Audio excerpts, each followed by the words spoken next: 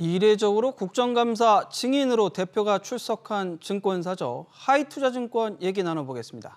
부동산 프로젝트 파이낸싱을 주요 수익원으로 삼았던 하이투자증권이 최근 차액 결제 거래, 일명 CFD 사업을 시작해 업계의 이목을 끌고 있습니다. 다른 증권사들은 눈치를 보고 있었는데 하이투자증권이 돌연 뛰어들었기 때문인데요. 금융이부 김동필 기자와 자세한 얘기 나눠보겠습니다. 김 기자. 네. 하이투자증권이 CFD 사업을 새로 시작한 걸 두고 증권가에서는 상당히 의아하다는 반응이 나오고 있다고요? 네, 그렇습니다. 지난 4월 주가 조작 사태가 있었잖아요. 그 이후 중단된 이후 다른 증권사들 중에서는 금융당국의 눈치를 보면서 아직 재개하지 않은 곳도 많습니다. 심지어 SK증권은 실익이 없다는 판단으로 철수하기도 했는데요.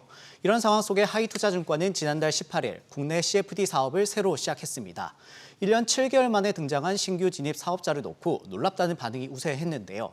CFD는 실제 주식을 보유하지 않고도 최대 2.5배의 레버리지를 끌었을 수 있는 상품입니다. 금융당국은 지난 9월부터 새로운 규제를 도입했고 잔고도 좀 줄어들고 있는 상황이었는데요. 잔고 금액은 지난 6일 기준 1조 2천억 원으로 지난 3월과 비교할 때 절반 넘게 줄었습니다. 높아진 장벽과 계륵이란 인식 때문인지 서비스 재개에도 투자자들의 선택을 받지 못하고 있는 상태입니다. 확실히 하이투자증권의 행보에 관심이 이제 집중되는 그런 상황인데 네. 도입 배경이 궁금해요. 뭐라고 하던가요? 네, 회사 측은 다소 원론적인 대답을 내놨는데요. 하이투자증권 관계자는 지난해부터 지속적으로 검토하고 시스템이나 인허가 등을 준비해왔는데 CFD 중단으로 시작을 못하고 있다가 보완 끝에 도입했다라면서 다양한 자산관리 서비스를 제공하는 취지라고 설명했습니다. 이를 바탕으로 배경을 좀 추정해볼 수가 있는데요. 먼저 CFD 장점부터 살펴보면 일반 주식 매매 대비 높은 중개 수수료와 고액 자산가 고객을 유치할 수 있다는 점이 있습니다. 하이투자증권과 같은 중소형 증권사에는 중개 수수료가 매력으로 다가올 수 있는데요. 아울러 비용 측면에서도 이미 준비해왔다고 밝혔던 만큼 일종의 매몰 비용으로 판단했을 가능성도 높습니다. 그렇군요. 근데 지금 하이투자증권은 그동안에 부동산 PF로 말 그대로 좀 돈을 많이 벌어왔는데 시중된 수익원을 좀 개선하려는 그런 움직임이라는 분석도 나오고 있죠. 네, 그렇습니다. 증권가를 중심으로 그런 분석이 좀 나오고 있는데요. 말씀 주신 것처럼 지난해까지 하이투자증권은 기업금융 분야나 부동산 PF 사업에서 수익 대부분을 벌어들였습니다. 부동산 호황기에 PF 금융 주선 등에 치중하면서 이 부분 수익 비중은 지난해 86.3%까지 치솟았는데요. 2018년 40%, 재작년까지 50%대였던 점과 비교됩니다.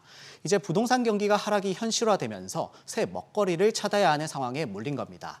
특히 최근 신용평가사에선 하이투자증권을 콕 집어서 부실채권 비중이 높아져서 위험하다고 지적하기도 했는데요. 부실채권, 다시 말해 고정이하 자산 비율이 7%를 넘기면서 중소형 증권사 중에 가장 높았다는 겁니다. 사측은 충당금 등을 쌓으면서 관리 중이란 입장입니다.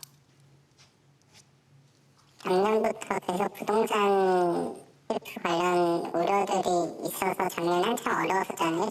그래서 이제 그런 부분들을 좀 대응을 하기 위해서 충당금을 좀 적극적으로 쌓고 있는 상황이고요. 실제로 문제가 발생해가지고 확정적인 현실을 준 사업은 없어요. 하이투자증권은 작년 1,120억 원, 올해 상반기 430억 원 등 충당금을 적립하면서 PF 재무 개선에 나서고 있는 상태인데요. 실제로 2020년 말 자기 자본 대비 137%까지 올랐던 PF 우발 채무는 지난해 말 기준 자기 자본의 93%로 줄였고 올해 상반기 말 기준으로는 82%까지 내렸지만 여전히 좀 높은 상태입니다. 그럼에도 불구하고 부동산 PF 때문에 대표가 이번 국감에 소환됐어요. 네, 맞습니다. 홍원식 대표가 부동산 PF 꺾기 관행과 관련해서 국감 증인으로 나왔는데요. 꺾기란 대출을 조건으로 다른 상품에 대한 가입을 강요하는 일종의 갑질을 일컫는 말입니다. 더불어민주당 김종민 의원은 하이투자증권이 부실채권을 매수하는 조건으로 PF 대출 약정을 강제했다고 지적했습니다. 반면 이에 대해 홍 대표는 강력하게 부인했는데요. 직접 들어보시죠. 지금 그 꺾기의 사례가 상당히 많다라고 말씀하셨는데 어떠한 기준으로 하더라도 꺾기의 사례는 없다라는 것을 또 확실하게 저는 또 말씀을 드릴 수밖에 없습니다.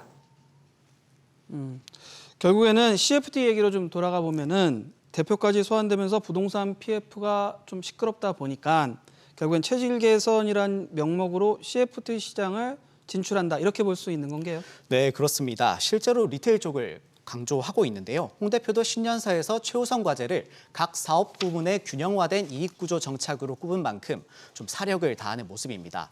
CFD 도입도 그 일환으로 해석되는데요. 하지만 실적은 썩 좋지 않습니다. 당장 상반기 실적을 보면 영업이익은 352억 원으로 1년 전보다 62%나 감소했고요. 계획대로 주력 사업인 PF 부문 비중을 40%대로 줄이고 상품 운용 부문을 56%까지 늘렸는데 실적이 바닥을 친 겁니다. 새 먹거리로 택한 CFD에 대한 시장 인식도 좋지 않은 상황 속에서 일각에선 배짱이 아닌 무리수란 부정적인 평가도 나옵니다.